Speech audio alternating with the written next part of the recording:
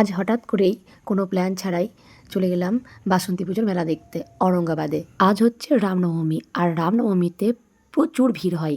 তাই আমরা একটু বিকেলই বেরোলাম, প্রায় 4:30-5টার দিকে। বাড়ি থেকে বেরিয়েছিলাম 4:30টায়, আর 5টা বাজতে না বাজতে পৌঁছে গেছিলাম।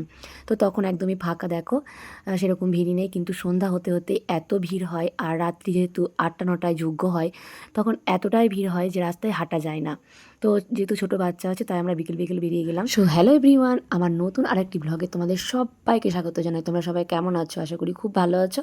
আমরাও খুব ভালো আছি। এটা হচ্ছে আমার কাকাতো ভাইয়ের বউ রিমা, আর ওটা আমার ভাইজি।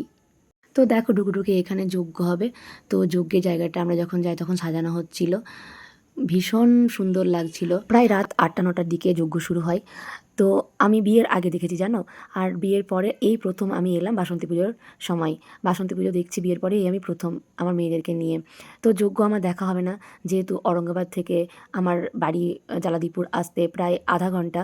তো রাত হয়ে যাবে, আর বাচ্চাদের নিয়ে আমি অত রাত অবধি থাকবো না, তাই জন্যই। আর যজ্ঞের সময় যা সুন্দর লাগে বন্ধুরা, কিন্তু সেই জিনিসটা আমার আর দেখা হলো না, কারণ অনেক রাত হয়ে যাবে তাই। আর যখন মেলা গেছি তখন তো খাওয়া দাওয়া হবেই, তাই না? আর মেলাতে গেলে কিন্তু আমার ঘুগনি খেতে খুব ভালো লাগে। যখন এসেছিলাম তখন কতটা ফাঁকা ছিল, আর এখন সন্ধ্যা লেগেছে, আর দেখো ভিড় জমতে শুরু করেছে।